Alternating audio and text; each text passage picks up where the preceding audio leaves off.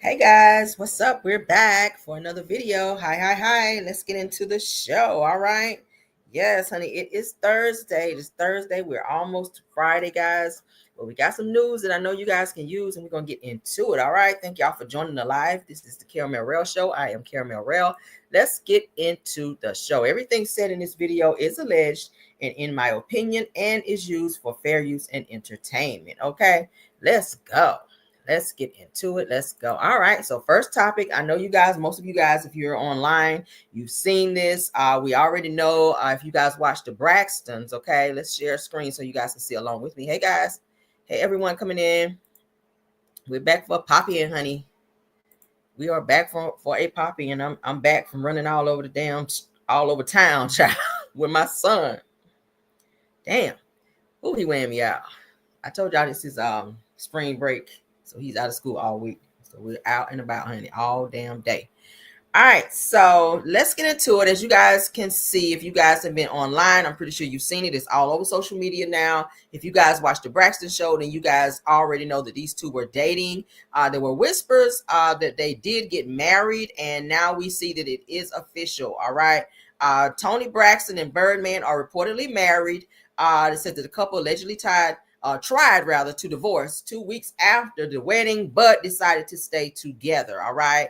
I don't know why I feel like this is more so a marriage of convenience. When I look at him and I look at Carrie Lewis, who she was originally married to before, when she had her two beautiful sons, I'm just like, Toni, what the hell? Maybe you're going through a midlife crisis. Like, why would you want to marry somebody with tattoos all over their head? Somebody that's out here tongue kissing men in the mouth. Y'all know it's videos out there of him tongue kissing Lil Wayne, y'all. You ain't gonna lie about it. I don't even know man that's out here tongue kissing other men. I mean, yeah, no. But anyway, let's get into what it has to say. After a lot of speculations from fans, it turns out that Toni and Birdman are in fact husband and wife. According to TMZ, shout out to them and shout out to the New York. Oh, I'm tired, y'all. Shout out to Neighborhood Talk. All right. TMZ was able to obtain legal documents, court documents, okay, that state the couple tied the knot on August the 8th of 2024. The crazy part about this is that they reportedly tried to divorce just 2 weeks later, all right? They should have just got an annulment. So according to the court documents, Toni reportedly filed for the divorce just 2 weeks after she and Birdman got married. She claimed that their date of separation was August the 10th, which was only 2 days after the ceremony. It says that their relationship was allegedly irretrievably broken, despite them only being officially married for less than a month at a time. Now, it says that, well, I guess that they decided to work things out because Toni reportedly dismissed the divorce petition in January of 2025, with Birdman also signing the documents. So as of right now, the couple are still husband and wife. So she and Birdman, honey, what happened to that boy? They still married. I don't know what she's seeing him. Girl, he must be a good cat muncher. I don't know. He might be a good cat muncher. He probably put his gold grill in it down on kitty cat. I don't know. But I said that they really kept us under wraps. But congratulations to the beautiful couple. Now, like I said, if you guys watched the Braxtons, okay, y'all watched the Braxton show, he was actually on there. He was on the show, the Braxtons, where Toni was telling everybody that they were friends. She kept saying, we're friends. But you could see like a little chemistry there. Y'all know that whenever Toni was on tour, he was there at her tour. She would bring him out on stage. And the crowd would go wild whenever he would come out on stage to support Toni. So, I mean, I think everybody watching the show or anybody watching social media knew that there was something between the two of them. But I'm going to be honest, I just really did not think that Toni Braxton would want to be with somebody like Birdman, of all people. Like, girl, out of all the men in Hollywood, now I get it, he got a little coin, but Toni got her own money too. She's had some financial issues in the past with bankruptcy and stuff like that. But Toni like a man with some money. That's why she got rid of Carrie Lewis, because his ass was broke. Toni like to live a certain lifestyle. So Birdman got some money. He got a few grills in his mouth. He got a bunch of cars and houses and things of the things, child. He got that Louisiana accent. He that warty. He she liked that stuff. Toni got a little hood in her too. If y'all follow Toni be trying to rap and stuff. All right. She ain't just a girl to be standing up there on stage in a gown singing "Unbreak My." She don't be up there. Toni got a little hood in her. Okay. So I can kind of see the connection a little bit, but in terms of him being fine, like, oh my God, girl, you got a real one. I don't see it. But go off, child. If you like it, I love it. You the one got to lay beside this thing, honey, every night with all these damn tattoos in his face. And I like a man with tats because I like that little edge. but not facial tattoos. I mean, it's a limit. It's a limit. I like them on the arms, the back, and stuff like that. If you got them, on the chest, whatever. It's thug life written on your chest. I go for that. But on your face, no. I don't like head tattoos, a big ass star on the top of your head. Yeah, no, that's not sexy. Teardrops coming down your eyes. We already know that's the gang affiliation. And then whatever this shit is, a 5 or whatever that is in the middle of between your eyes. Y'all know what that is. Okay. I don't know. But hey, Toni, if you like it, go ahead and like it, child. All right. The kitty cat muncher. That's what it is. I think he's a good kitty cat muncher, and she just fell for that shit and go off. All right, moving on, girl. Because I don't care no more. I don't care no more. All right. I really don't. I really, really don't. Let's get into our next topic because we got some Real Housewives of Atlanta tea. It says, and she can overlook the old ass tats and stuff. I said, okie dokie. Sunny days. Them tattoos are old, ain't they? They about 35 years old, them damn tattoos. It look like he got them in jail or something. Damn. Y'all say y'all happy for her? Y'all happy for Toni? Y'all think Toni made a good y'all think Toni made a good choice being with Birdman? Like, can y'all see it? I don't see it. I don't know. When I see Toni and then I look at him, I'm like, I don't see the connection. But maybe they're too wild banshee child when they get in the bedroom. She like his coin and how he treat her. Maybe she like the fact he got that little thug in his voice, that tone. He be over there thugging Toni out, okay? He be behind her, holding her throat like this right here. I don't know. I don't know what it is. I don't know. Maybe that's the shit I like. I don't know. Let me be quiet, child. Maybe that's my shit. I don't know. But go out, Toni, child. That's what you like. I guess, girl. I don't know. Shit. I don't know. I mean, is it? Yeah. So anyway, shout out to reality TV entertainment. Okay. Brittany opens up about Kenya Moore sharing explicit photos of her. Now, I've told you guys I'm tired of hearing about this. I'm tired of talking about it. But you guys know how it goes. Anytime there are updates on topics that we talk about, I try to spin the block and keep you guys updated as such. Okay. I don't see it either. Me either. But anyway, let's get into what they had to say. All right. Boom. So this is Brittany down here at the bottom, and she's giving her perspective in terms of how she feels about Kenya Moore sharing explicit pictures of her at Kenya Moore's spot opening. Okay. So let's get into it because she's sharing her feelings.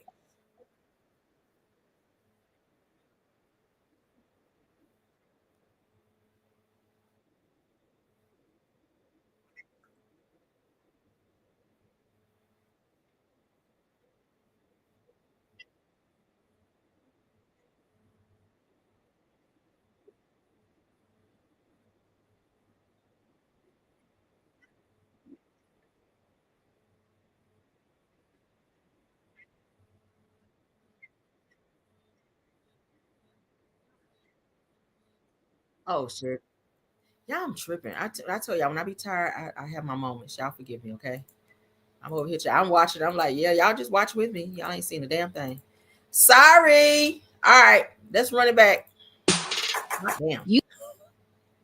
I'm sorry, y'all. You left. Yeah.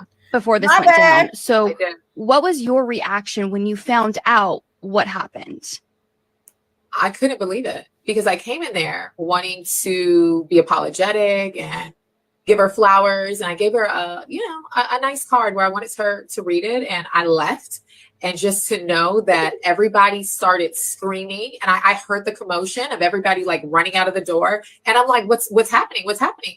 And Kelly was just like, you'll never believe this woman put poster boards of the most nastiest, vile things ever. I mean, she came from my marriage. She called me, all types of very nasty names. And she showed explicit photos. This was your big moment. So for her to use this big moment to everybody's reaction, attack me, and to humiliate me, I couldn't believe it. I mean, I was in bed for days. I cried. I had to talk to a few, I had to go to therapy. And just knowing that the internet, pause. So you hear this? You hear when somebody say that? Girl, I was in the bed for days. Oh my God, I had to talk to people. I had to go to the doctor, girl. I had to go through therapy. Sound like a lawsuit about to come. I know it when I hear it, girl. I know it when I hear it, girl. When you get to talking like that, oh my God, Lord, it was too much for me. Lord, I had to go through therapy. Lord, I had to go lay on the couch, girl. Oh my God, I had to get shock therapy. Oh my God, I had to go stand out in the rain, girl, and pop lock in the rain because it hurt me so bad, girl. That's a lawsuit. That's a lawsuit. Can you? I don't think you can stand a lawsuit, can you? Cause didn't we just talk about this morning? Your house is about to be up in auction because you ain't paying them back taxes up over there. Your spa over there ain't doing too good, and now you done been kicked off Real Housewives of Atlanta. Girl, your life is a fucking mess out here. All for you showing a damn picture of somebody in a compromised position. Maybe you wanted to be in that compromised position because you damn sure can't keep a man. And I know I got some Kenya Moore fans in my chat, and I'm sorry that y'all have to, listen to this read for Kenya right quick. But Kenya cannot keep a man, and it's a shame. It's something crazy about her ass. It's something, because she's a beautiful girl, no homo. She's a beautiful girl, but it's a shame that she cannot keep a man. So it's like every time she's around a woman who is married, or who got that life that maybe she want, like she started with the girl at Shamia party. Oh, is that your wedding ring? Bitch, what do you care? Do you even have on a ring? Damn. Do you have a mood ring at least? Why are you looking at her damn wedding ring? Is that your wedding ring? Or is that an engagement ring? Why do you care? You don't even have a ring. You don't have a husband. You almost don't have a house. You don't have a life. You don't have a job on Bravo anymore. Like, what do you have? Why are you so worried about her? Is this a fucking interview when you meet somebody? She always got to interview somebody to try to figure out what their life is. I cannot stand people like that. Want to go from A to Z on your life, and their life is fucked up. So are you married? Is that your wedding ring? Is it real? Are you really standing in front of me asking me this bullshit? That's what I would ask you. Like, where your man at? Okay, mine right here. Where your man at, girl? Because it's given everywhere you show up, you be alone. Maybe you're tired of being alone, Ugh. Okay, y'all. It get on my nerves. That get on my nerves. Like, girl, sit down. Now you out here pulling out pictures of this girl. She probably gonna gear up to sue your ass. You really ain't got nothing to sue. That's gonna put you further in the hole. Okay? That's gonna put you further in the hole. All because you're trying to be a fucking mean girl. And I said it before. I really hope that when this child became a mother, to my Kenya still, I really hoped that would turn her around a little bit and calm her down from being such a mean, jealous girl. She's a very jealous girl. She's a very mean girl. And I know people say like, oh, she's a beautiful girl. She's got all this, she drives a Rolls Royce. Why would she be jealous? Rich people can be jealous too. Do y'all not know that? Rich people can be jealous too. If poor people can be jealous, so can rich people. Seriously. Rich girls can be some of the meanest bitches out there. And I'm going to say it that way. I don't give a damn. YouTube, please don't come for me. They really can. They look at their life and they look at something in you that they don't possess. So they nitpick and they stay on that nerve. And it's really bothering them. Notice a person that always talk about something that you have that they don't, it's because they are jealous that they don't have it. That's always the topic of discussion. Get over it. You had a husband, you ain't keep him. He didn't want to live with you. That speaks volumes. I mean, right. Ooh, child, okay. Bad body be a girl. You know I'm telling the truth. Those be the ones. Will nitpick your entire life and their life be fucked up out here. Don't have a pot to piss in or a man to hold a pot. Just lonely as hell. That's Kenya. Showing up everywhere lonely. You done be every season that you did have a man. They won't really your man. They ain't want you. You had crazy ass Matt over there busting your windows out over there on his Jasmine Sullivan bullshit. Sorry, moist ass fucking men that I don't know where you find them, girl. I don't know where you find them. Walter, he was just playing you to be on the damn show so he could promote his damn business. That he ran out here the same damn year and got married and had a whole baby. The same thing that you were asking him for. He was like, bitch, I ain't marrying you. He already had somebody in the waiting area, girl. I'm just telling the truth. Watch out for people like that. I don't want to be in the presence of people like that. Okay? For real. What you want to be in my damn business for? What's in your life?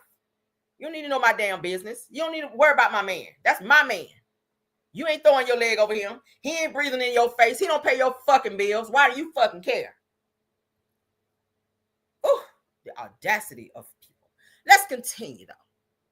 World, my reputation, I'm a businesswoman. So seeing all these things online, it overshadowed everything. And I couldn't believe it. Have you talked to Kenya since? She has not reached out to me. Actually, she blocked me. So I would have thought at the very least she would have shown some remorse, or at least, even if it wasn't a public apology to me, I thought she would have at least reached out just to show that, you know, she's sorry. And I haven't received anything. If you could talk to her, like, what would you say? You know, what would on your side of things? Because you said you were remorseful about bringing up the pistol of it all and all that. I should have never done that. And I make mistakes. I was in a moment, you know, I was triggered and I did something that I wish I could take back. But what she did was a million times worse. So there's no way you can go around and play the victim now. And I would think that if we want to move forward, come to me, apologize, humble yourself, and I would be open. But that has not taken place. So I'm just disappointed how she's been handling it and being a victim and, you know, professional victim. It's just been a lot of noise. And that's why I've been quiet, because sometimes you just have to wait it out and see what people naturally do. And I'm just disappointed in her behavior. And even just, you know, she went on different shows. I apologize, but I'm the one that's owed the apology, not everyone else. And the things that she said, you know, it's there forever. And I have to live with that, with my family, with my husband, with my career. And I think at the very least, I'm owed an apology. It's no secret then that she left the show. So how did that change for you going forward? How did the dynamic shift? Well, I was a little disappointed in some of the ladies, and I thought they would have my back more. I thought they would be more supportive. And I just feel that because she has been around for so long, I think nobody wanted to just step on any toes or just, you know, not have her back. And wrong is wrong. And a lot of these beautiful women, they have a family.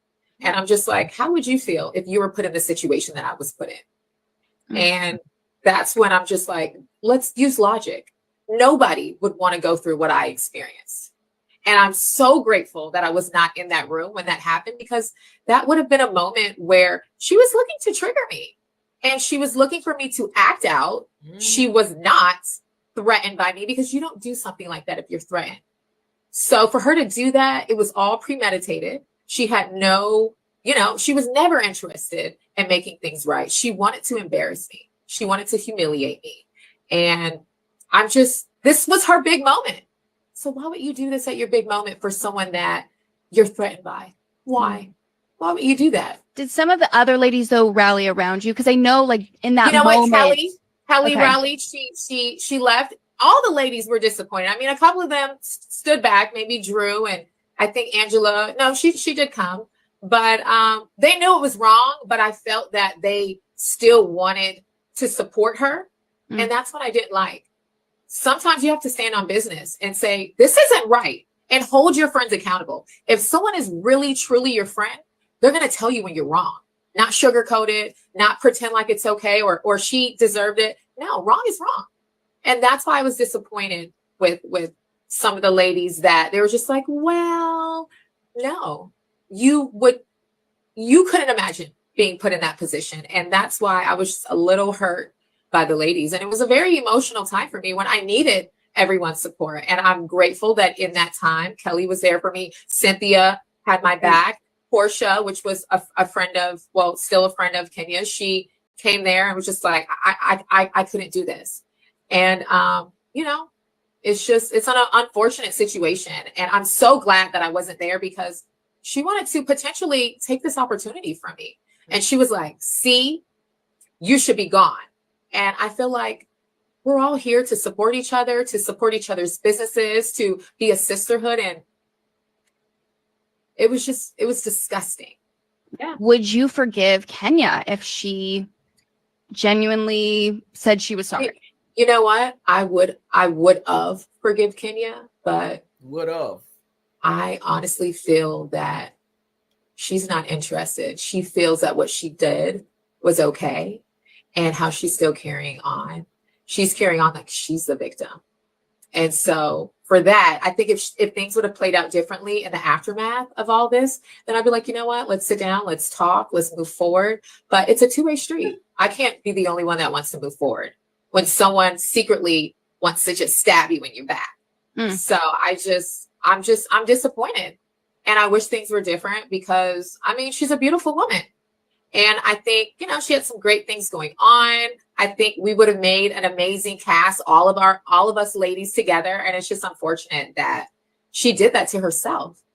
Right. So would you film with her again if that was something that came back? At this moment today, I would not film with her. But if there was an opportunity for her to grow from this situation genuinely, not just saying what she wants to say for the fans, but if she was genuinely honest and genuinely interested in making things right, and to humble herself and come to me and apologize and have that real conversation with me, because that's all that matters at the end of the day. It's not what the fans think. It's not what, you know, behind the scenes with production or Bravo. It's not about them. It's about her and I. And she has not made it right. So that would have to happen for me to be open to a relationship with Kenya. You left. Yeah. Before this went down. So what was your reaction when you found out what happened? I couldn't believe it, because I came in there wanting to be apologetic and give her flowers. And I gave her a nice card where I wanted her to read it. And I left. And just to know that everybody started screaming, and I heard the commotion of everybody like running out of the door. And I'm like, what's happening? What's happening? And Kelly was just like, you'll never believe this woman put poster boards of the most nastiest, vile things ever. I mean, she came for my marriage. She called me. Okay, so we heard that. Y'all, I see you guys putting in the chat here what you guys think about it. I'm gonna tell y'all right now, Kenya is low-key a narc and high-key a mean girl. Okay, I'm saying it again, she's low-key a narc and she's high-key a mean girl. I think she came onto this show feeling like I'm the OG on here. And she definitely maybe felt a little threatened by some of the other girls coming on, pretty girls with husbands, with families. And that's what Kenya wants. Kenya wants that dynamic. She wants that husband, somebody to be able to come home to and say, oh, that's my husband. When she got married to Mark the Narc, honey, she was in a different mind frame. Kenya wanted that, but Mark was so damn mean to her. He didn't even call her name. He called her by Ken. He disrespected her. Now, Mark was the only person who could get Kenya together, mind you. He was disrespectful as hell. I didn't like the way he talked to her, but I thought about it. I was like, it's kind of like a catch-22. Like, he really can get her ass together. He's the only person that could shut her ass up, and I was enjoying it. But I don't think Kenya was 100% happy in that, because she did not want someone who treated her more so like a father versus a husband. He didn't want to live with her. He wanted to live in New York. She lived in Atlanta. So that situation didn't work. And I feel like there was more so a marriage of convenience. Like, you pay off my tax liens and I'm going to give you a baby. So it's understood. We're going to, live out this contract, because at the end of the day, I really don't want this. Because if a man really loves you and he wants you, he will be there for you. He will support you. He will give you the love and attention that you need. And I feel like she's looking for attention. And she did what she did to Brittany for attention, and it got you the wrong attention, and Bravo didn't go up for that. And she felt like, okay, hey, I'm Kenya, why y'all going this hard on me? Like, what y'all letting me go for? She said this to me, versus taking accountability for what you did, Kenya. Yes, she did speak on having whips and pow-pows. That shit was not good either, because it could be looked at, and we talked about it before, as a terroristic threat, so to speak. Anytime you mention a pow-pow in terms of using it on someone, that could be looked at that way. So like I said the other day, really both of them would have a case if one of them went to go file charges and the other went to choose to do the same thing. But the one thing about Bravo and these reality shows, whenever they go and press charges on the other castmate, we see how that played out on Married to Medicine. They tend to pick sides. And when that happens, one of the castmates will be ousted from the show. They're not gonna want to film with you because they see you as a liability. Like, oh my God, if I go too far, then you're gonna bring, legal into it, and then damn, that's fucking up everybody's life, their money, so to speak. So you got to look at it that way. So that's how they're looking at it. Do I feel like Brittany is gearing up to file some type of lawsuit against Kenya? Yes, because she's using the rhetoric that a person uses whenever they get into a position to say, oh, this hurt me. This person did something to me. I'm going through some mental situations or whatnot. I had to seek therapy. When you hear people throwing out therapy, I had to go seek therapy. Something's getting ready to be initiated. I'm going to say it that way, whether it's legal, whether it's a police report or something to that effect. Because you got to show how this person affected you. And you got to, publicly, because she's on a public platform, so you got to publicly put it out there that this situation hurt you in such a way that you had to seek some type of therapy in order to be able to function in life. So Kenya, you might be gearing up. Kenya, you might be getting something in the mail or a knock on the door or something to that effect. You might go ahead and contact your lawyer and say, hey, we might need a brace for the words, because I feel like she might be about to file some shit on me. So Bravo obviously chose a newbie over the OG of the show, and it is what it is, Kenya. It is what it is, honey. Learn from this experience. Don't ever do that shit again, because you fucked up your money, girl. You making almost $100,000. Okay. Was it per episode? You making a nice little bag over there on Bravo. We talked about it this morning, girl. I wouldn't have did that shit. F that. What is it? $90,000 per month? That's what it said, honey. $90,000 a month you were making on that damn show, and you messed it up over a damn picture. And I know you punch in the air at home. I know you kick in the air like Bruce Lee, girl. I know you are, because your money is effed up. All right, now you're getting. I told y'all this morning she's getting ready to have a YouTube channel now. So everybody running social media when their money get fucked up. So it is what it is. Hey, get it how you get it. I ain't mad at no one, honey. Get it how you get it. Get it how you get it. All right. I ain't got nothing to say about it. So let's get into something that Porsha, honey. Let's get into Porsha, because we're still talking about Real Housewives of Atlanta. Again, shout out to Reality TV News. Let me share this time, because y'all was ready to fuss me out in the chat. I was like, whoa, hold up now, hold up. Let me redeem myself right quick, okay? Yeah, y'all said karma is a biatch. It is. It's not fair, but that's just what it is. It's not okay for you to do that. Revenge P is very much so a crime, and you got to watch that, all right? They could have fired your ass from the show. They suspended you from the show. And if you keep going on social media and arguing with the boss, Andy Cohen, your ass can be fired. Never to work there again. Go ask Nene how she feel. Ask Nene how she feel when she went too far, or when she filed or initiated some damn legal paperwork. See how that shit worked out for you. Okay? She begging and pleading to come back. And they ain't thinking about her ass. You know what they told her? Baby, the door is closed. They threw her line at her. The door is closed. That's what Andy and Bravo told you. And NBC Universal, because that's who owns, girl. The door is closed, Nene. That's what Nene like to tell people. They say, Nene, would you like to apologize to them? The door is closed. Okay. So the door is closed on your ass now. All right. So right here, as you guys can see, Porsha Williams claims that a housewife who is still on the show tried to get Kenya Moore fired multiple times. Who could that be? Who could that be? Try to get Kenya fired multiple times. Let's see, girl. All right. Shout out to Porsha over here, girl. Let's spill the beans, honey. We lost Kenya for the rest of the season after that. And it was very unfortunate, because I had great plans for us. You know what I'm saying? And I still have great plans for us when she comes back next year. Or if she comes back next year. I hope she comes back next year. But we'll just see what ends up happening with that. And I didn't want anybody fired. I definitely wanted just for somebody to be maybe reprimanded, maybe some episodes or suspended or whatever. But there is a housewife, again, who is not the same one, but there's a housewife. Well, damn, I stand corrected, because I know last time I heard she was suspended. So I guess she is fired. No wonder she acting a damn fool. So you went from suspended to being fired. A lot of it got to do with your damn mouth. Because when you get in a situation like that, even though that shit hurt, please understand that you fucked up and be quiet and let that shit breeze over. And then when they're ready to bring you back, then they're ready to bring you back. But when you start kicking against the boss and the people that sign your check and you going live to talk about it, yeah, you out of there like swimwear, baby. That's still on the show right now that went several times to try to get Kenya fired. And that was crazy to me, because how are you going to do that? How are you going to go? I've never called for somebody to get fired. I mean, at the end of the day, we all working, trying to make a living for our kids and our families. And I would never, at the end of the day, call for nobody to get fired. Okay. But this person went behind closed doors and asked for Kenya to be fired multiple times. And this person is still on the show.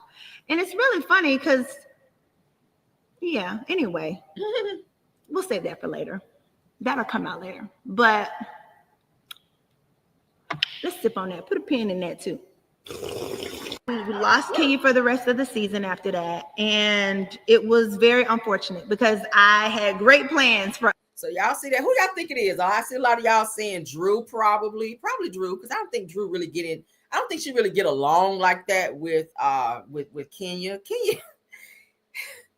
Kenya don't get along with a lot of the girls. See, that's another thing. You got to be able to get along with the cast in order to film with them. If y'all are fighting, they be like, I don't want to film with her. Like, you just gonna be on an island by yourself, like Gilligan over there. Nobody want to film with your ass. It's gonna be very difficult for you to get scenes and to get money off this show because you get paid by the scenes that you film. So if the girls are like, yeah, we don't want Kenya around, or people going behind, your back and going to production or to the boss up over there and say, yeah, we want Kenya fired. If it's on that level, you was almost out of there anyway. Shit, you just helped them along by putting that picture up there. That's what it gives. That's what it gives. When you put that picture up there, girl, you just pushed it right on over the edge. You were on the edge like this. You were already on the edge like this. And when they said, we want Kenya fired, it was timber. Boom. That's what it was. So Kenya, learn from this girl. Learn from this. Hopefully you don't do nothing else crazy to keep yourself from coming back. All right, let's jump on over to Married to Medicine news. Okay, says, how you spilling tea with no name? Right. Now she's talking about, yeah, y'all gotta wait. I don't like that either. That's like somebody telling me, girl, I got something to tell you, but I gotta wait. I'll tell you tomorrow. I'm like, I don't even want to know now because I'm mad. That nothing makes me mad or madder than when a person do that. Do y'all get mad when somebody do that to you? Be like, girl, I got something to tell you. Oh my God, they be so hyped about it. Oh my God, I got something to tell you. Girl, you ain't gonna believe this shit. Oh my God, you ain't gonna believe this. But I gotta tell you tomorrow. I'll be like, bitch, what?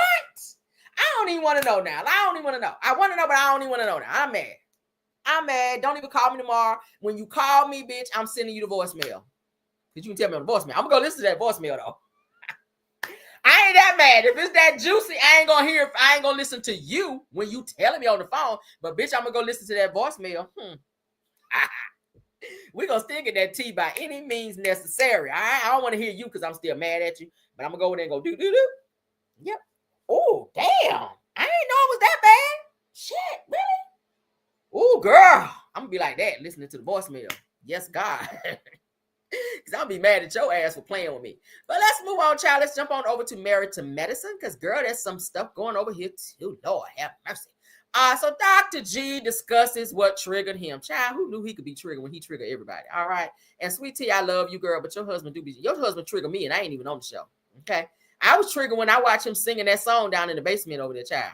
I got a brand new wife now. I got a brand new life now. That was him. I was like, what is going on here? I don't like, what he say? People lying on me. I got a brand new life now. I got a brand new wife now. I was like, this nigga was awesome. I was like, turn him off. And this Sweet Tea. Now I get it.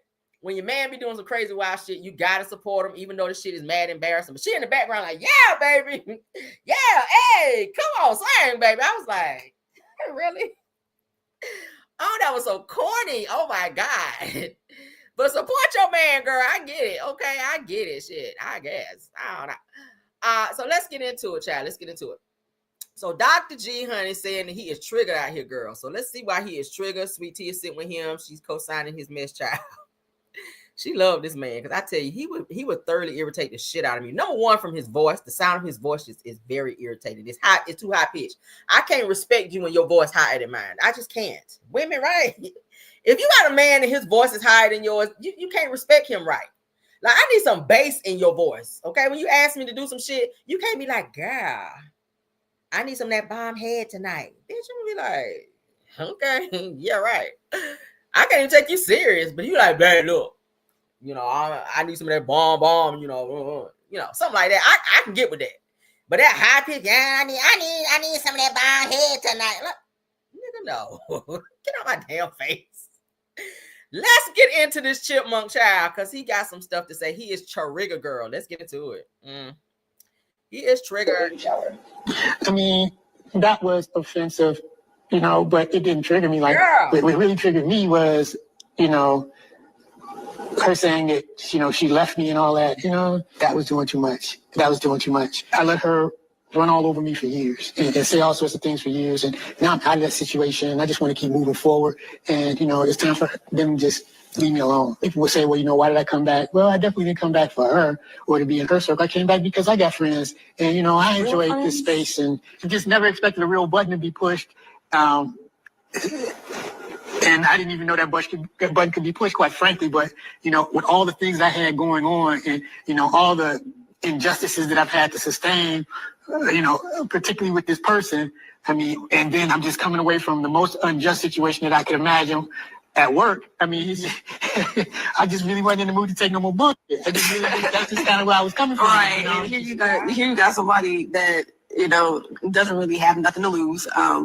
Someone that's, mouthy, trying to get your attention, been trying to get your attention, and we just don't really care. But I think that's a double standard that like a woman can't come at a man, and a man should be able to defend himself, regardless with his words. And so if you cannot take that, and if you're going to come at someone and disrespect them, expect someone they're going to defend themselves, whether it's a man or a woman, and you have the right to do that. And so I hate this whole double standard, and so that's why I've been trying to figure out how to navigate everything, because it's of course, in this group, they love to play victim, and, she loves to play victim. And so my mindset is if you come at her, it's going to make it seem one way, allow me to do that. The issue is, though, it really comes down to, I have real trauma from that relationship. And see, I think that's something that you don't truly understand, like the trauma that I have from that relationship. And, I don't want to go into details of all the things that I endured, but it's a lot of trauma in this relationship. And, in spite of all that trauma, I tried to stay positive and spin things in a positive way. And I've taken the heat, and I've taken a lot of beatings, in terms of the things that she said, the way that my character has been demeaned, and the way that I have been spun as a person, and so, I took all that. And then, on top of that, I was more than fair, financially with the divorce and everything. And, I just kind of I just tried to be the biggest person I could be in that situation, because, I know that this person has certain, I don't even want to get in there. I just know that I had to get out. I know that I had to get out. And, here I am. I've made it out.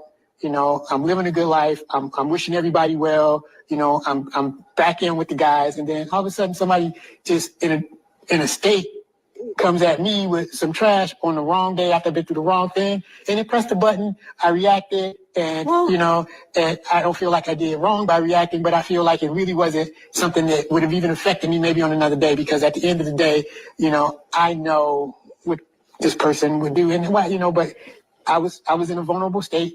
I spoke my mind. It was my truth, and even to this point, I don't regret it, because I didn't say anything wrong. I didn't say anything untrue. But at the end of the day, would I have said it if I hadn't been in such a state? I don't know. Don't know, and don't really care. I think that you did a really good job anyway. It took you a while to get to that point. So and they've said it numerous times that they don't really know her like that. She only comes around when cameras are around. And so it's always in a weird dynamic for me coming into the lady group, because, I kind of feel like at one moment, they embrace me or were trying to get me to be on the show. And then all of a sudden, whenever now they've made up with Quad, it just seems like now, they want to be nasty and disrespect me. So what y'all think about that? Dr. G said he's still very much so hurt by what he went through with Quad. Do I feel like he might have jumped into the situation with Sweet Tea kind of premature? I do. I don't feel like he is completely over it. And it's not fair to Sweet Tea to have to keep hearing about his feelings and how he's so hurt still about this Quad situation. Do I feel like he still may have some feelings somewhere, or maybe he's still low-key in love somewhere there? I don't know. I think it hurts him to see that she moved on, and I think it kind of hurt her to see that he moved on and even got married. So do I feel like the other is maybe trying to one-up the other and make the other one jealous a little bit? A little bit. I do. And I feel like, Sweet Tea, you're getting caught in the crossfire because you're just here to love somebody. You're just here to be his wife, but I don't feel like he's let go of the feelings and the unfortunate situations that he and Quad went through, and you're going to keep catching strays until he get over that shit. Unfortunately, you guys are not going to be happy to your full capacity until Dr. G, who is a psychiatrist, sees a psychiatrist and talk this stuff out and figure out how he can get over this to where every time he's around Quad, it don't trigger him. It should not still trigger you like this. Y'all been separated and divorced long enough. And not to say that everybody, should get over the same thing, get over something the same amount of time, because it takes people longer. Some people it take 10 months. Some people take 5. Who knows? But my thing is this: every time you're around your ex, it should not be still that triggering. She should not be still getting under your skin in that way. You got to get to a point where you don't give a damn. And you're not there yet. And because you're not there, your new wife, is now being put in situations where you yelling at her out of frustration of something that Quad is doing. And that's not fair. She's going through emotional, psychological, and verbal abuse from you. We saw it on the show where they went into the room and production was standing outside and he's telling her to, you don't want to go there. You don't want to see that side of me. She's telling him, just stop. Gregory, stop. Like, stop. You going too far. I don't need to stop. I don't need to stop. Shut the F up. Like, he's on that. And when you get to that point to where you are doing this on national television, I don't want to see what's going on in your home. I don't want to see what's going on in your home. If it's that much on TV, I was triggered watching that part. Low key, I was a little triggered watching him telling her shut the F up and walking upstairs and slamming the door, or walking past her when she's talking to him and he don't say anything and he slammed the door and go walking off. Like, who you talking to? Like, that's a lot. Over Quad? Quad still get a rise out of you like that? Now let's flip it. Suppose one of her ex-boyfriends, suppose she was still fighting with them over something. He would feel a way about it. He would probably want to get divorced because he's like, why you still mad and fighting with this nigga? You married now. Me and you together now. But it's so crazy because sometimes men don't see it how women see it. Dr. G is very selfish. Please don't take this the wrong way, sweet tea, because I love you down, dear. I love you down, and I'm not the only person that see this and that have said this. Dr. G is very selfish. He's kind of self-centered a little bit, and he has a little narcissist in him. He has a lot of narcissistic tendencies. He feel like he can talk to people, women included, any the fucking way he wants, and it's not cool. And I feel like his anger and his frustration with Quad, maybe it's too soon to bring Quad around. She's not married to medicine. Do I feel like she should be on the show? And a lot of people got mad with me when I said no. I don't feel like she should be on the fucking show. You're not married to medicine. You were married to medicine by way of Dr. G. He's now moved on and has a new wife. I feel like Quad need to find somewhere else to go, something else to do. She and King, maybe y'all go be on another. Bravo got 1 million shows y'all can be on. Okay, y'all got 1 million shows y'all can be on.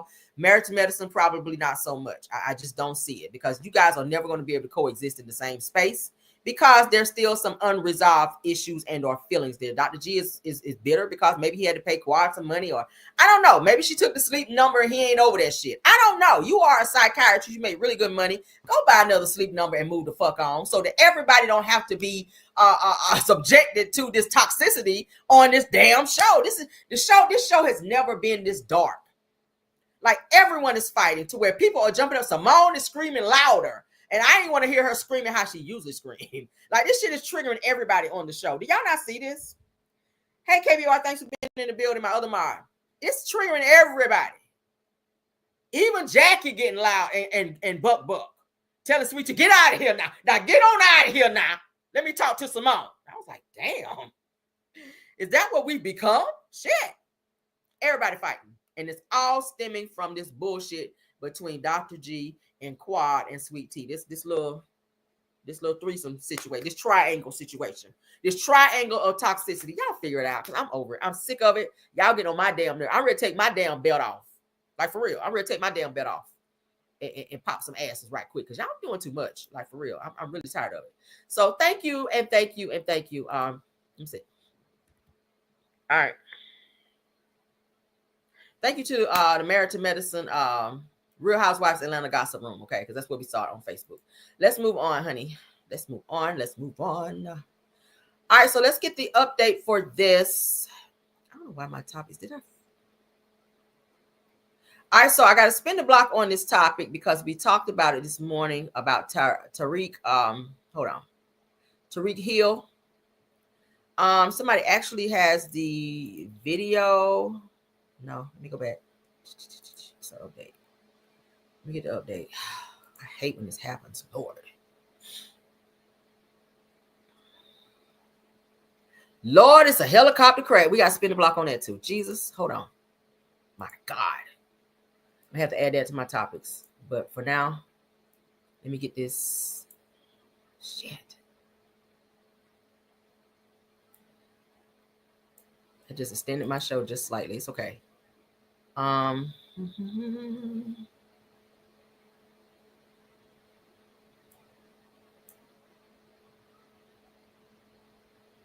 Give me a second, y'all. Okay, boom, boom, boom, boom, boom, boom.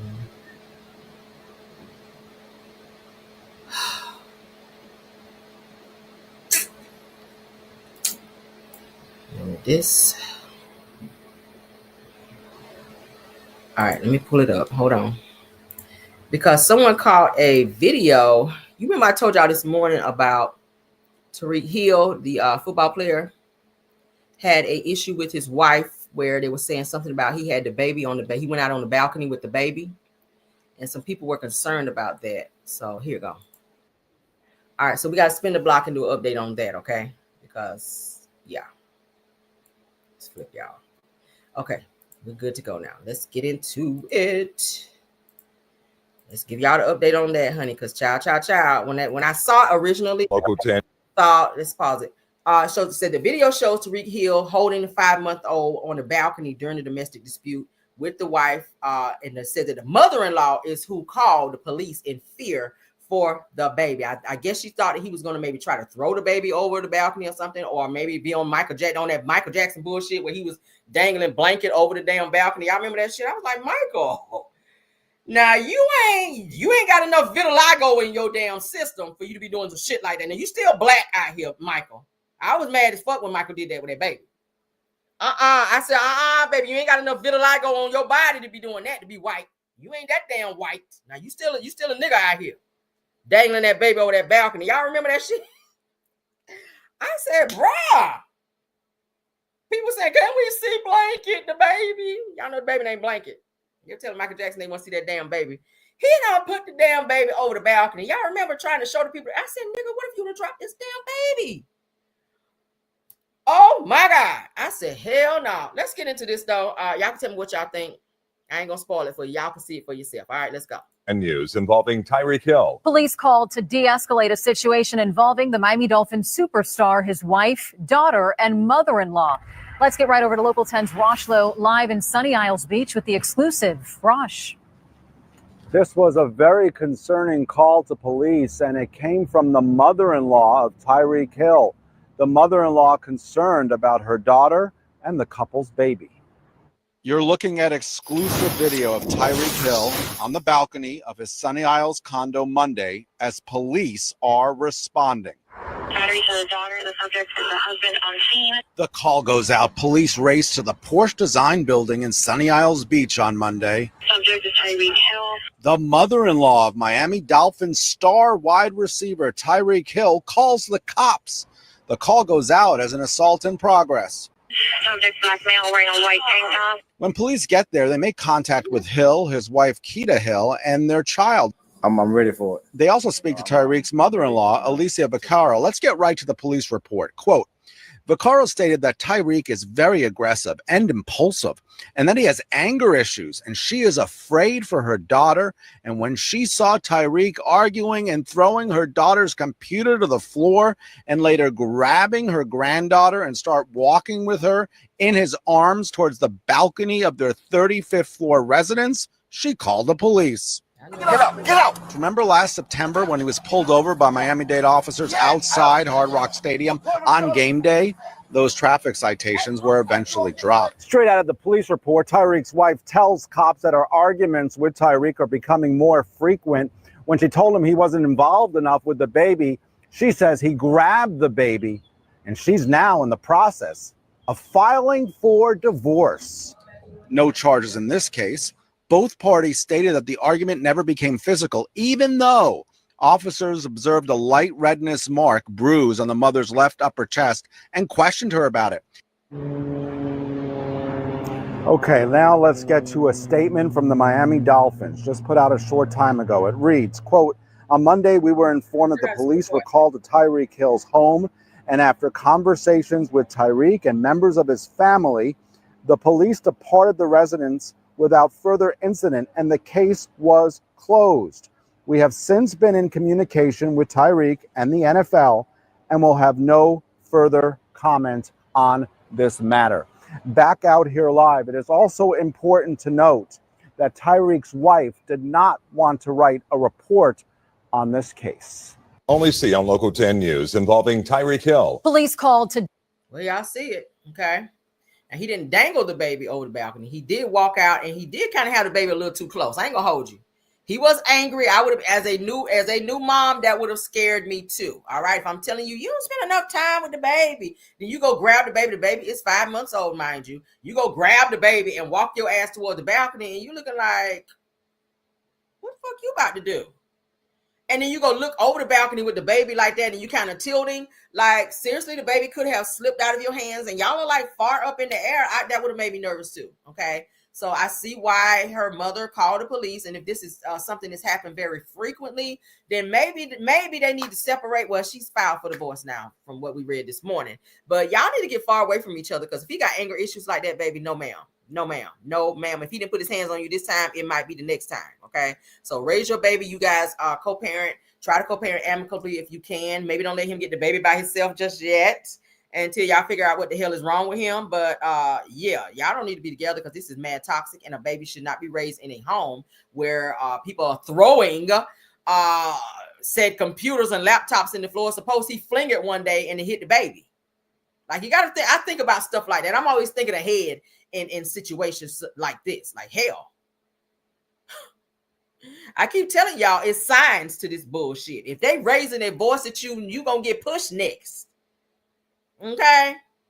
And next it's gonna escalate into a hit, and next it's gonna escalate into something else. You gotta look at the signs of this. Love yourself enough to say, you know what? Yeah, I like staying in the penthouse, but do I want to be up here and getting yelled at and hit and all the things of the things? Hell, fuck no. Baby, you can't purchase peace. You cannot purchase peace, please. Like, come on now, women. We always talk about women over here. I don't like to see nobody in a situation like this. I'm glad that she chose herself and her baby over this nigga here. Again, he ain't nothing to look at, girl. So what you staying for real? He got a little money. Yeah, you gonna get it anyway because you got a baby by him. You were married to him. You gonna get it, girl. It's called spousal support. Get your spousal support. Get your child support. Okay? Yeah, all of that. Whatever else support you can get out of this nigga, and go live your life. All right, fuck nigga free. This is fuck nigga free season. Get your baby and get the hell out of there, girl, because he is crazy. Nigga walking back and forth, pacing on the balcony with your baby. Hell no. All right, so this is a update. All right, shout out to It's On Site, because that's where we saw that. Shout out to It's On Site for this too. This just dropped, okay? This just dropped. All right, in my DMs, I'll be trying to keep you guys updated on whatever is dropped, because I get alerts for all of this stuff. So praise the Lord. It's giving me more content, but we'll extend the show just a little bit more, child, so we can get this news up out there for you. All right, child, these folk crazy. I told you I stop you at the raising of the voice. I'll be quick to ask you, who the fuck do you possibly think you talking to? It cannot be me.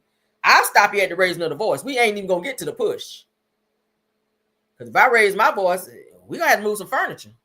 Because I'm ready to thump after that. I don't want to talk no more. Don't raise your voice at me, because I can hear you. If you on 10 and I'm on 2, I'm gonna be on 11. That's the kind of time I'm on. I don't want to be with nobody where I got to be yelling and hollering at anyway. That's too much. That's too much energy. I'd rather not. I'd rather not, child. I'd rather not. All right, so let's move on. And that go for anybody else. If you with somebody where you got to holler and argue and do all that, baby, why?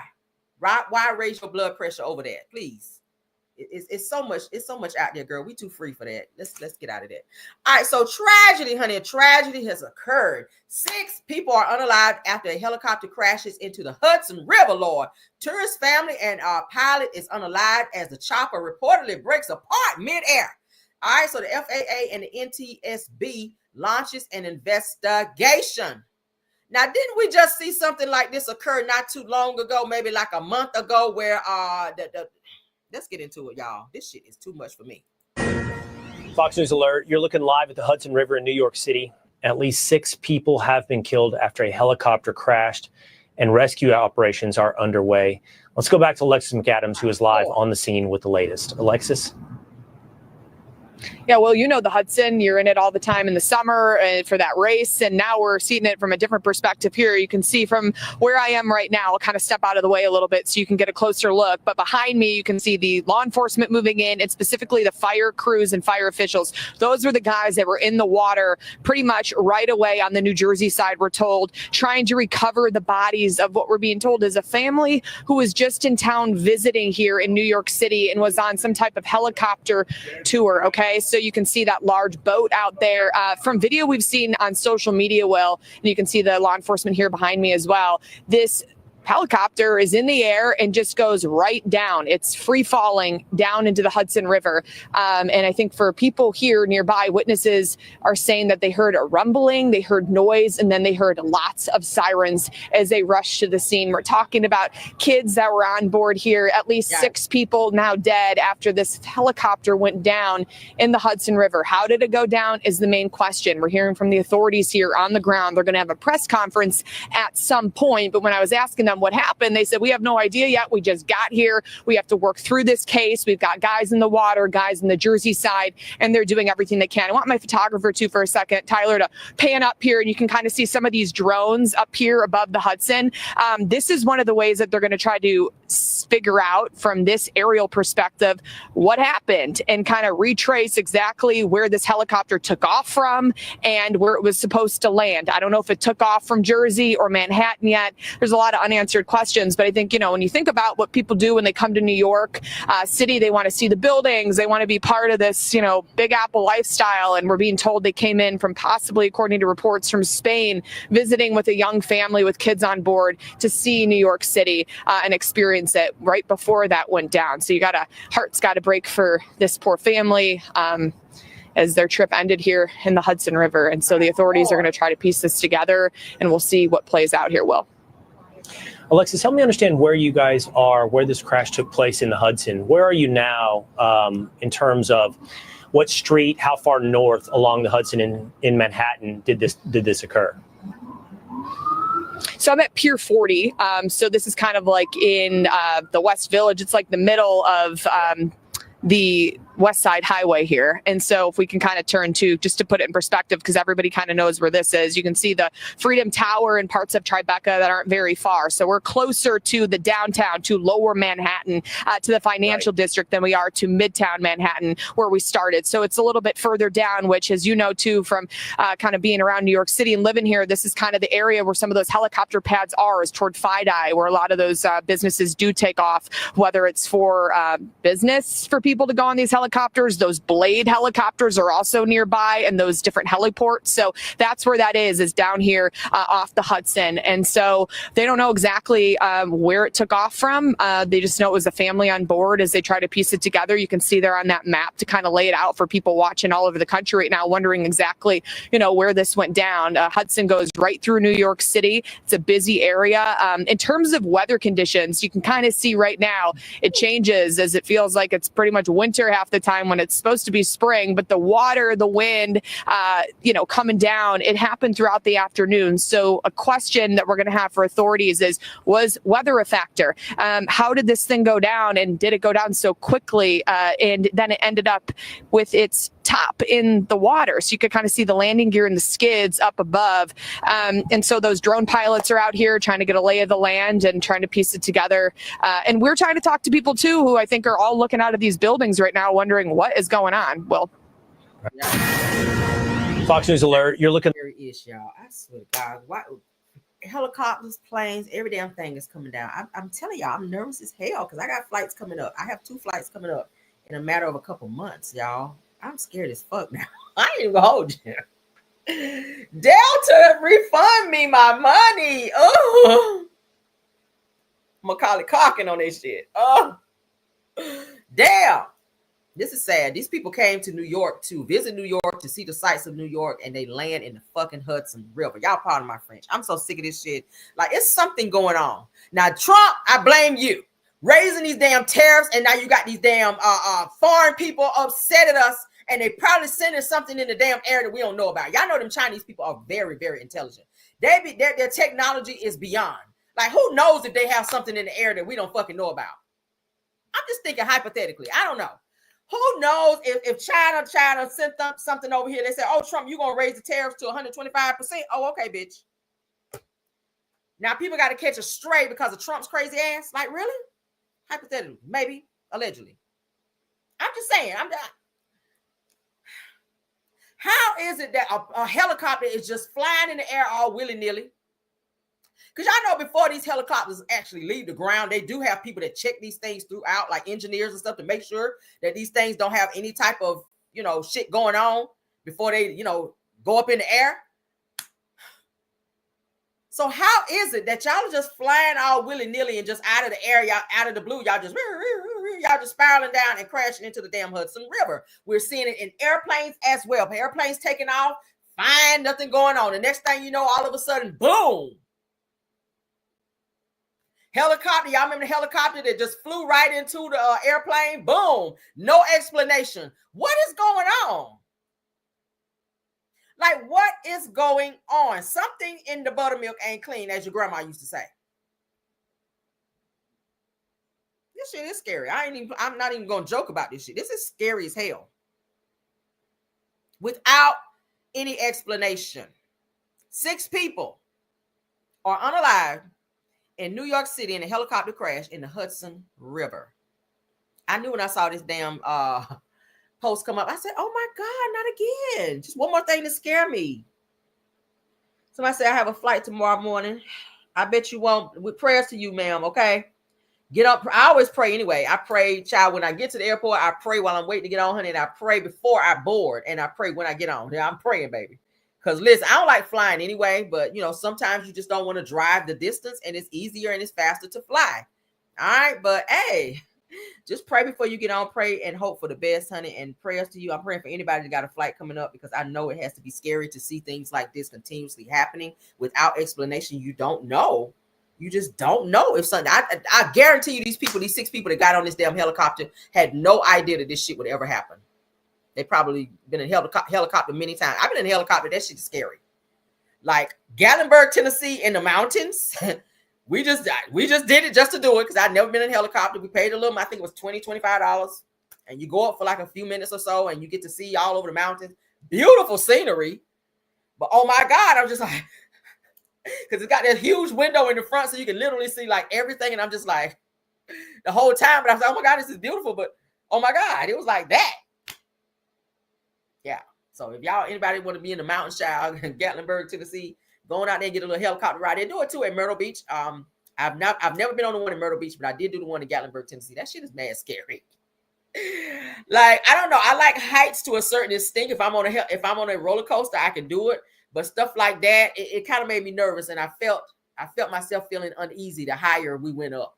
And baby, the view was beautiful, but I kind of felt like maybe I was gonna have a panic attack or something. I don't know, but damn, this is sad. Back to this, not to take away from this. But oh my God. Now, eyewitnesses reported that the helicopter appeared to split in half midair. That's not normal.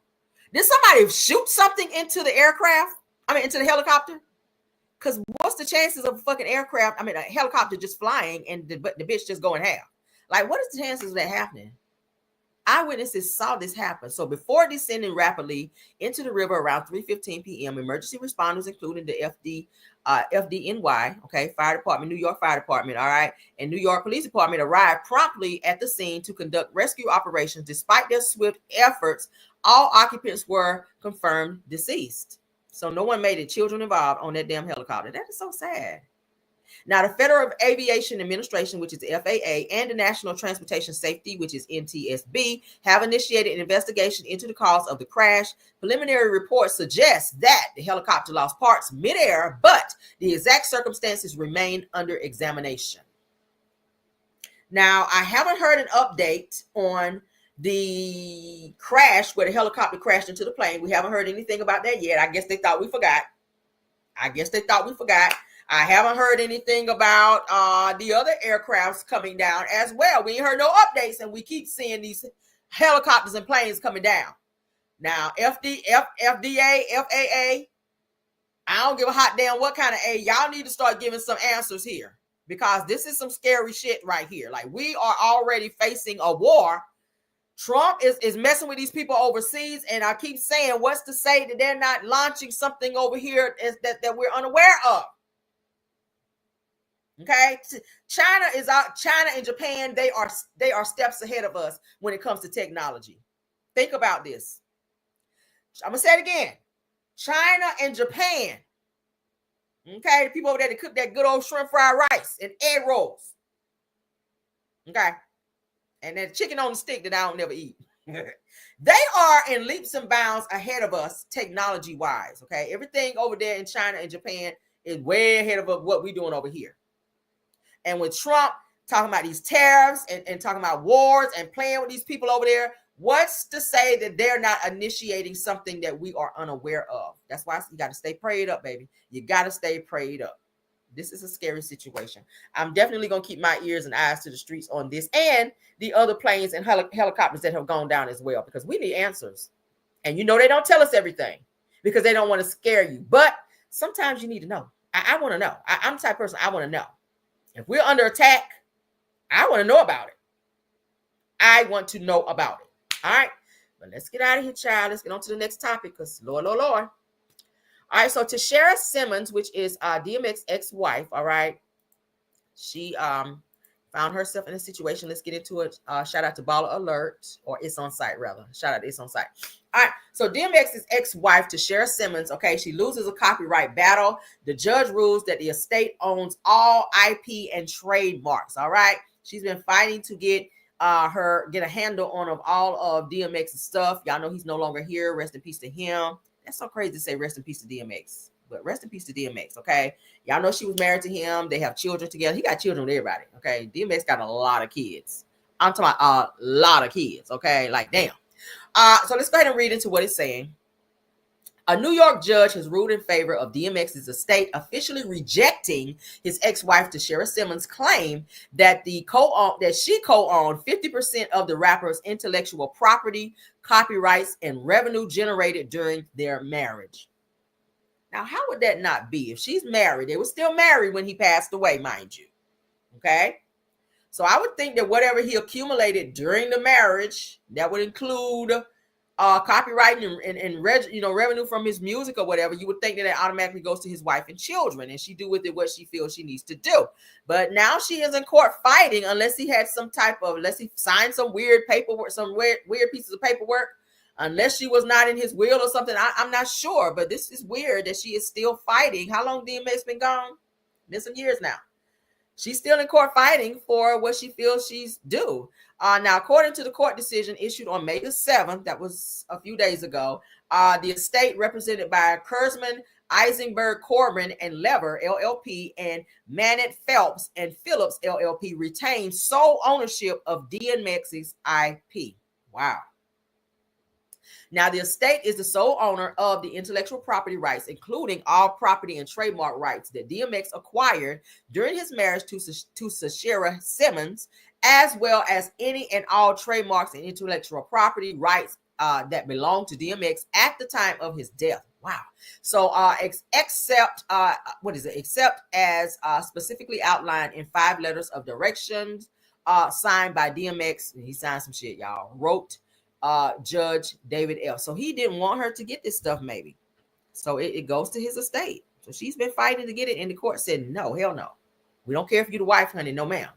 No, ma'am. No, ma'am. All right. Now, Tashera will only receive a share of record and music publishings, royalties from all the works DMX released during their marriage, but has no claim to ongoing IP rights or branding. Wow. She should get all that. She's the wife. If y'all knew all the stuff that she put up with him when he was at his darkest time, when he was on drugs real bad, she still stayed with him and helped nurse him back to health, even though he was still cheating on her and having babies on her through the midst of all of that. He was abusive towards her as well. Okay. I want to say it was like on an Unsung or something with him, where they talked about his life, how he grew up in like a group home because he was so bad. His mom took him to a group home and left him there because he was so bad. He was like a juvenile delinquent. But the two of them met and they were friends and they wound up staying together. So they're like kind of like high school sweethearts, if you will. And they stayed together. She stayed with him through all of that, through so many women that he took her through. Like she was finding women left and right with him cheating and having babies on her. And she stuck and stayed right there with him, only to now be still fighting in court for some shit that he done signed off on, and maybe he shouldn't have, to kind of block her from getting certain things. But thank God she will still get a share of his music publishing royalties and other things like that. Okay, so shout out to Tashera Simmons. I like her. She's a very strong woman. If you guys watched, I think it was some type of reality show that they were on, where she was living in a house with her kids. She was getting ready to lose the house, where he had moved out and wasn't giving her the money to help pay for she and her kids. The house, it looked like Hoarders. I ain't gonna hold you. The house looked like an episode of Hoarders. The roof was caving in. He refused to give her the money for that. She didn't have the money to move anywhere else, so they had to stay there with like water dripping into their house, the roof caving in, all types of water damages and mold and stuff in their house. It was a hot damn mess. But she stuck and she stayed, and she still was supportive towards him in terms of whatever he was going through. Like, I don't know what they had a bond. I don't know if I could have been that strong. Okay, I'd have been out there with the first baby. Okay, you come home with the first lady, sit me down. Hey, Rhoa. So I had a baby, and I need to. Do you want to meet him? Fuck no, I don't want to meet you. Okay, get your stuff and goodbye. Like, I'm not meeting no kids. No, I do not. I'm not trying to be friends with no baby mamas out here. We're not on that kind of time. Yeah, absolutely not. But apparently she didn't mind, and she stayed with him through all of them. And he has a lot of baby mamas and a lot of kids. Okay. But she is the wife. So whatever residuals or whatever he gets from his music, it looks like she will get some of that. So go off. Thank you so much to Sheriff for fighting for what you deserve. Because baby, you deserve it from everything that you went through, honey. You deserve more. All right. I wish you could get more because you went through hell. All right, so let's move on. We got an update on R. Kelly. I was not expecting my show to be this long, y'all. I feel like I'm on Car Chronicles again. Damn. All right, but let's get through it. All right, so we talked a little bit about R. Kelly. I think it was yesterday, if not day before. R. Kelly loses his appeal in the SEX trafficking case, but dodges hefty restitution costs for victims' medication. Now, y'all know they said he was out here giving the girls the hurt and the peas, okay? The hurt and heavy on the peas, all right? Yes, a few women came forward to sue him for infecting them. Okay, y'all done for sleeping with him unprotected, but hey, when you got that Stockholm syndrome, you do some stupid shit. All right, but anywho and anyway, so they said R. Kelly tried to overturn his SEX trafficking and racketeering convictions, you guys, but that bid was unsuccessful. The judge was like, "Nigga, get out of here!" With all the evidence we got here, and people speaking up. See, that's what you didn't have in the first trial. Nobody wanted to speak up because they were afraid, and you were able to pay people, but your broke ass didn't have that money this time. And these women were so hurt, baby, they talked. They were telling everything. They told the judge every single bump you gave them. Yes, they did. Now, said that while the preliminary goal faltered, that Kells, honey, aka R. Kelly, was able to sidestep the cost of medication to treat one of his victims. So he's having to pay for medication, child, to treat victims, women that he infected with STDs, allegedly. And he was not able to overturn those SEX trafficking. You know you were trafficking, sir. If you move if you taking young girls from one place to the next, Jocelyn Savage, and what's the other girl, Azriel? Those girls were being taken from Chicago to Atlanta. Okay? Yes, they were. You were all over the place with these girls on that damn bus. So that is trafficking. That's considered trafficking. Go look it up. If you're taking one person from one state to the next with purposes for SEX, that's trafficking. Okay? Especially if they're underage. Adults can be trafficked too. Go look it up. Go look it up. Go educate yourself, honey. That's a real thing. If you're doing it, it's bad enough you're doing it to underage minors. Okay?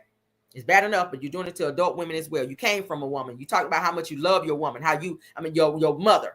R. Kelly talked about how much in love. He said he was in love, not loved his mother. He said he was in love with his mother. That's how I knew the motherfucker was sick. All right? I love my daddy, but I never in life said, "Daddy, I'm in love with you."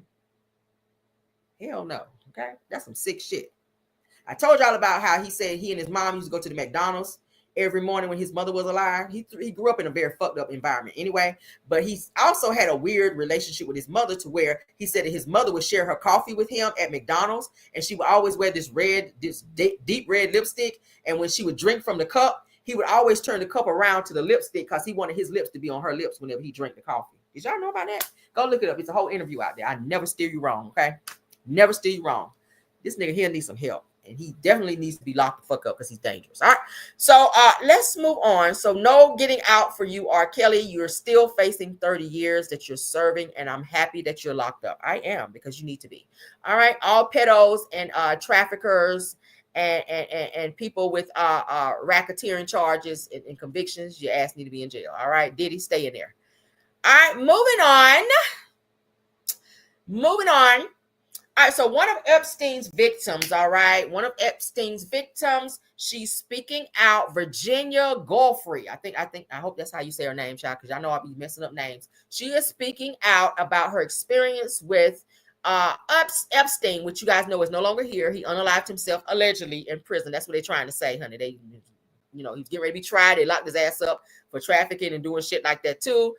With Ghislaine Maxwell, who is still sitting in prison to this day.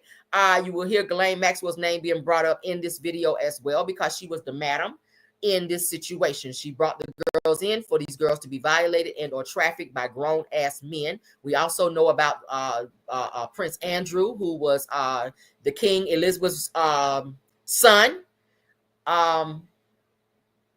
King Elizabeth's King Elizabeth's son. He was also mentioned in this, and he paid his way out of it. So let's get into it. She's going to speak on it. She was recently in a very bad accident, and they told her she only had, I think it was either 4 days or something like that to live. All right, let's get into it. And let's share first. Okay. Yeah. So y'all be fussing at me, child. Y'all ain't about to fuss at me. I said, yes, girl, I want to talk about this because I definitely talked about the Epstein case. So let's get into Virginia Giuffre speaking about her unfortunate situation where she got hit by a bus, and they're saying that she only has 4 days to live. All right. And she was also one of Epstein's victims. Let's get into it. So young, Keelan woke me up in the morning and said, "You're going to meet a prince today." I didn't know at that point that I was going to be trafficked to that prince.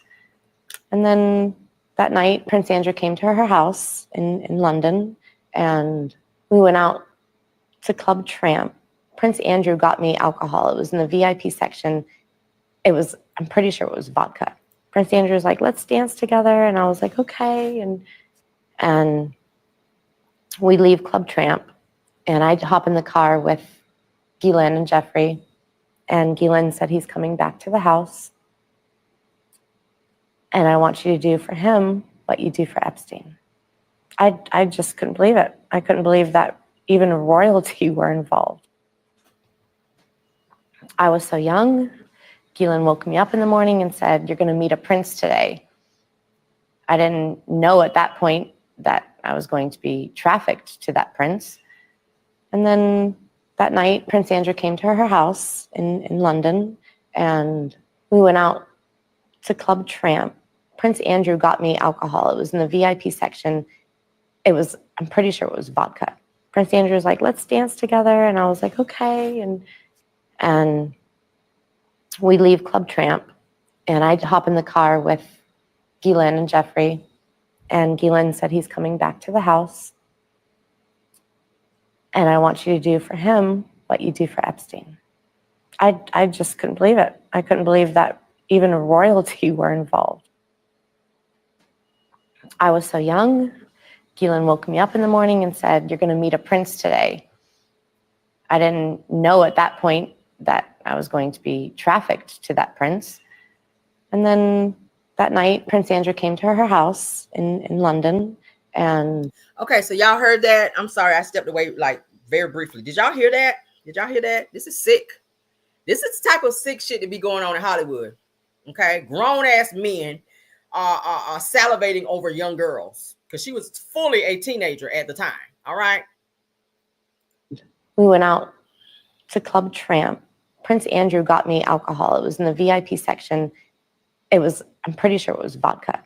Prince Andrew was like, "Let's dance together." And I was like, okay. And we leave Club Tramp, and I hop in the car with Ghislaine and Jeffrey. And Ghislaine said he's coming back to the house. And I want you to do for him what you do for Epstein.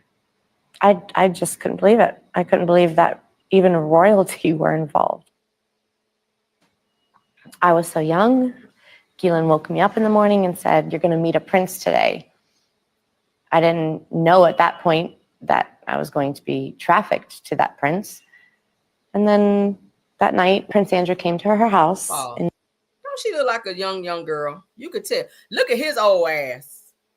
That's Ghislaine Maxwell. Her ass is in jail right now. Okay, they in there beating her ass in there too. But this is her. This is Virginia, honey. Clearly, you can look at her and tell she's young. Look at his hand around her. So inappropriate as a grown ass man. He was a grown ass man when this happened. in London, and we went out to Club Tramp. I'm sorry to keep stopping it, but in an interview when this all came out, he tried to say Prince Andrew tried to say he didn't even know her. I don't know her. I ain't never seen her. I ain't never been around her. As soon as they dropped that picture that we just saw, oh, now all of a sudden your memory come back. He won't count on that picture to be dropped. And I think she was the person that dropped the picture to say, oh, nigga, you don't know me? Who is this? Who is this right here? That's you right here. That right there in the blue shirt with your arm around me. That's you. Then he gonna go scrambling, child, to go cut that check real quick. Be like, shh, be quiet. Take this money, girl, and shut up.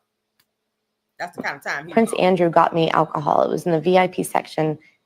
I'm pretty sure it was vodka.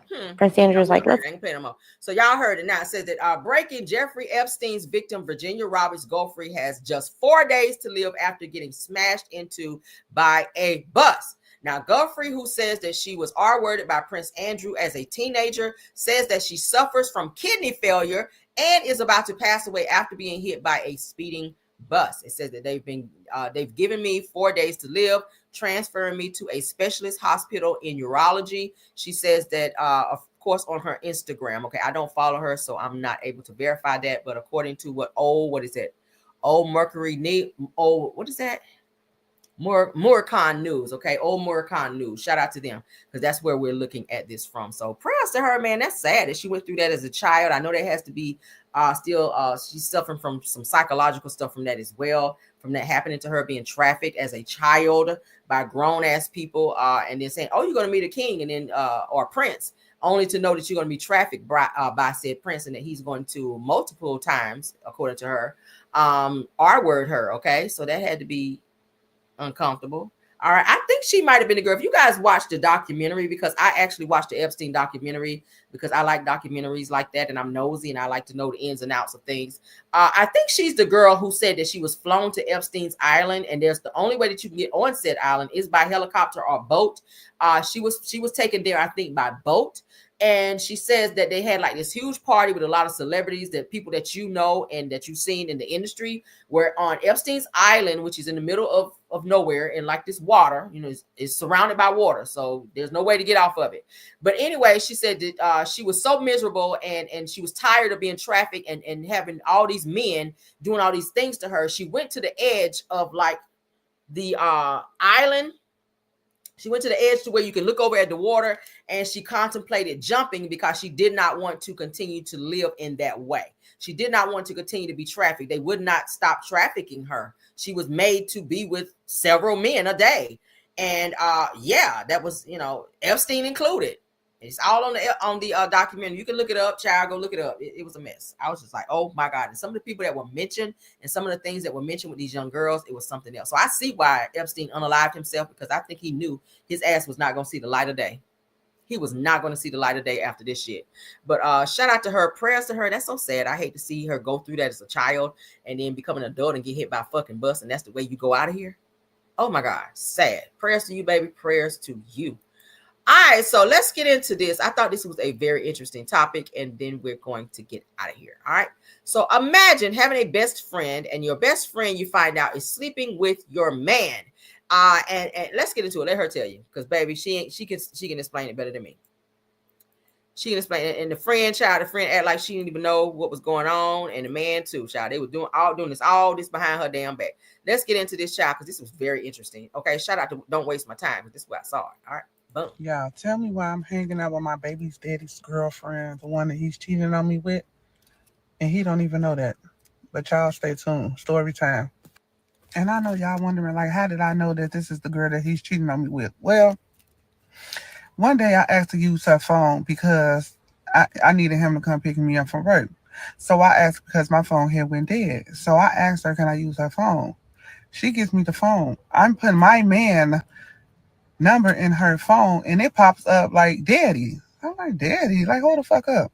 So I goes to the messages and shit like that. Y'all, these motherfuckers went out of town together. You know what I'm saying? He done bought her gifts. The bitch was with her for New Year's, talking about he was at his mom's house. He was with her. Like, they got pictures together and everything. You know what I'm saying? No. So I didn't say nothing. And guess what? The bitch still don't know that I know. So I've been doing this shit for about like a month now. I've been doing this shit for about like a month now. So he been messing with this bitch since I've been working there. Way before I even started working there, he hasn't been messing with her ass. Say hey. Gang, gang. For real. Gang, gang. We had fun today, girl, didn't we? We sure did. Mm-hmm. So this the thing right here.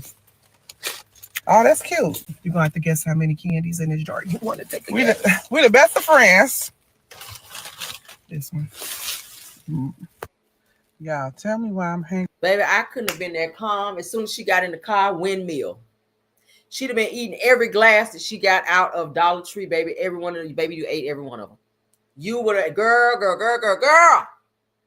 I could not have been that calm. I'm sorry. My thing is this, okay?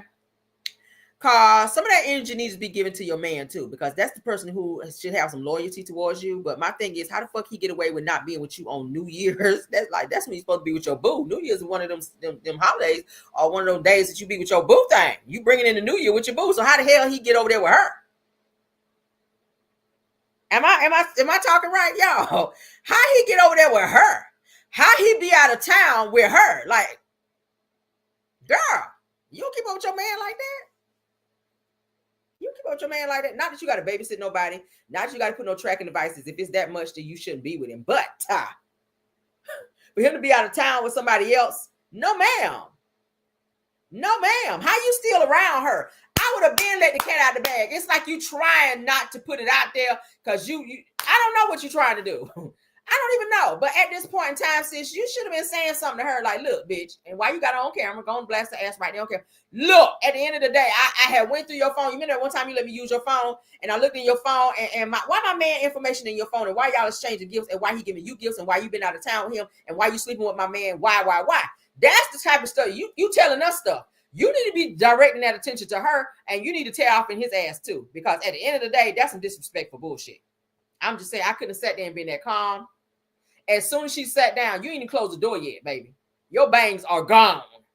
Baby, you're gonna need a comb over. I'm sorry, comb out from here. You're gonna have to comb it this way, because I would have yanked all that shit out. Oh yeah. Not that I want to be on the violent shit, but I don't play that. How are you that calm? Yeah, we the best of friends, ain't we, girl?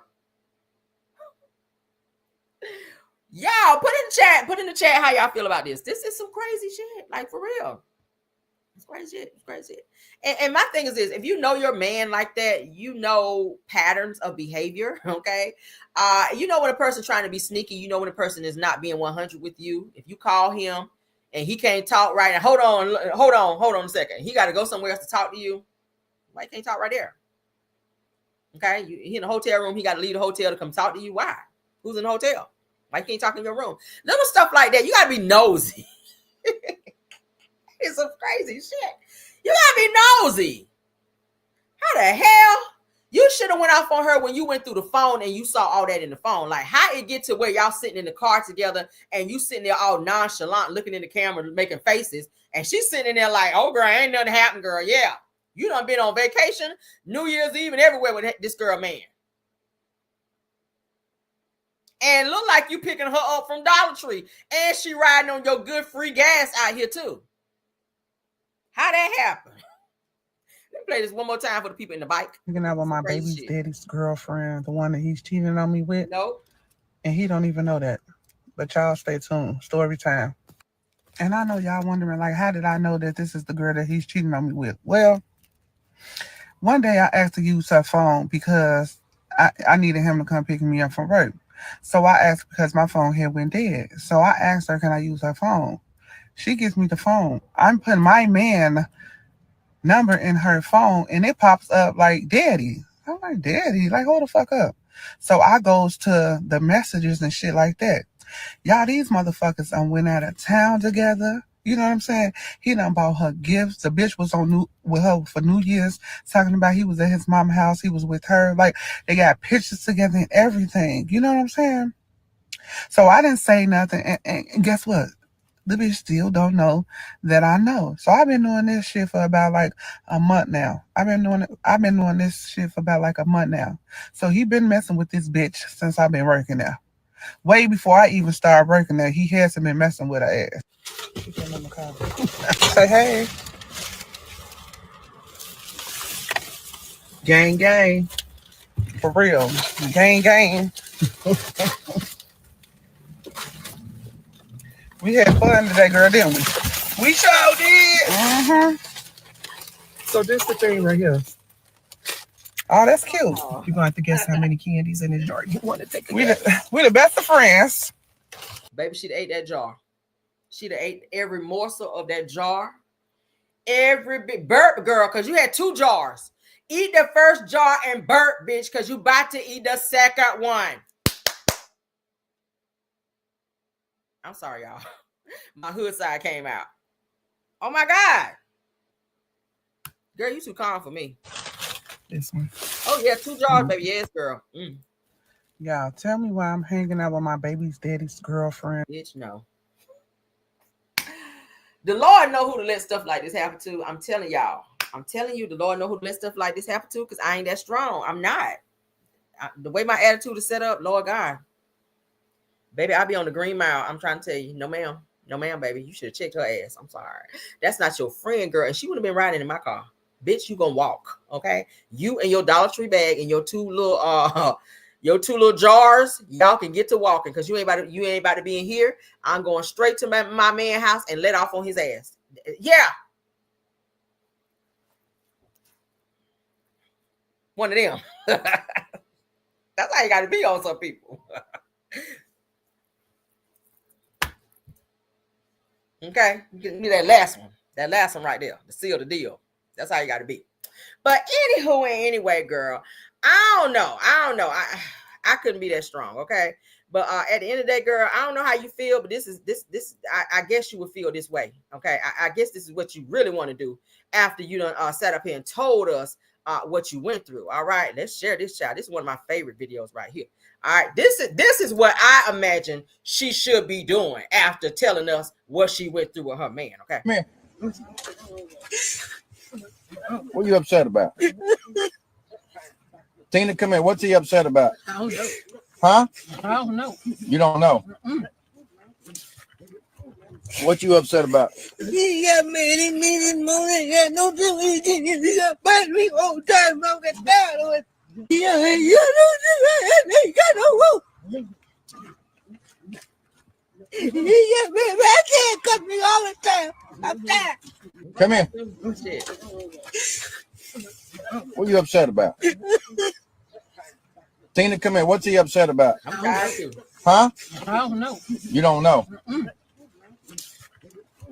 What you upset about? He got many morning. Got no television. He got bad me all time. I'm getting down on it. Yeah, you don't got no rope. He got me right there, cut me all the time. I'm tired. Come here. What you upset about? What you upset about? Didn't we just talk about this morning, the car crying, that loud crying? I don't like that kind of crying. Hold your cry inside, okay? You got to cry inside. That's too much outside crying. That is too much outside crying right here. I need you to cry inside. That's too much. That right there, Baby, I didn't understand nothing he said, but when I tell you his soul is hurt, okay? Well, whoever did something to him, they hurt him in his soul. You hear me? Baby, he felt that in his soul. All right? Girl, this how you supposed to be crying about your man right here. Yeah. Tina, come here. What's he upset about? I don't know. Huh? I don't know. You don't know. What you upset about? He got many, many morning. Got no difference. He got fight me all the time. I'm getting tired of it. Yeah, he got no rope. Stop. He got me. I can't cut me all the time. I'm tired. Come here. Too. Shit. Let's get out of here. I don't want to hear no more. I'm tired too. Shit. That's our show, y'all. I had to play that. Every time I play that, I laugh. That is, I don't probably listen to this about 10 times, and every time it's just that funny. Oh my God. So let's get out of here. Love you guys down. Y'all always do such a good job, okay, of supporting the video sometimes. Okay, I need y'all to like this video. Please share the video and subscribe to the channel. Y'all, I see you guys are subscribing. You guys are doing very well. Thank y'all so much for coming on back. All right. And thank you for all the new people in the chat. Okay, please like the video, share the video, and subscribe. Thank you, Belle Wilson, KBR, Tyra, and Belle Wilson. Thank y'all so much. Belle Wilson, Tyra, KBR, and Scorpion Mints. Yeah. Thank y'all so much for modding. And thank you to my backup mods, Rose Armstead and True TV Podcast. Thank you, Sunny Days in the building. Who else? Do we have any more content creators? I don't want to miss nobody. I see the laughing emojis. Y'all, that is funny to me. All right. Do we have any more content creators in the building? I only see Sunny Days. I don't want to miss anybody. I think Sunny Days holding it down by herself. All right. Thank you for all the new people. I thought I missed somebody. Queen Speaks TV. Is she here? Is she here? I think she used to be here as well. All right. So if Schoolboy. Thank you, Schoolboy, for being in the house. Schoolboy was here as well. Thank you, Schoolboy, for being here. She might have dropped off, but she was here earlier. So thank you, Schoolboy, for coming over and supporting the video as well. All right. Thank y'all so much for being here and supporting. What time is it? I may pop back in because I gotta catch up and see what else is going on in these YouTube streets, because I'm pretty sure it's some more drama and some craziness. So I try to keep y'all updated on what's going on. But in the meantime and in between time, let's go. Even when you feel low, you can still go. Even when you feel slow, you can still go. Even when there's no hope, you can still go. I never answer to no, man, I still go. Go, go, go, go, go, go, go, go, go, go, go, yo. Go. Hustle hard, hustle every single day. I'll be making moves till I'm buried in my grave. To the system, I don't wanna be a slave. I've been doing shit my way, or the highway. And in the driveway is a nice range. Cause I grind through the climb, I invite pain. You'll never hear me, bitch, nah, I don't complain. Just gotta flip the switch and you can go and obtain anything you want, anything you need. Your mind's got the key ingredient, it's belief. They'll deceive with the negativity.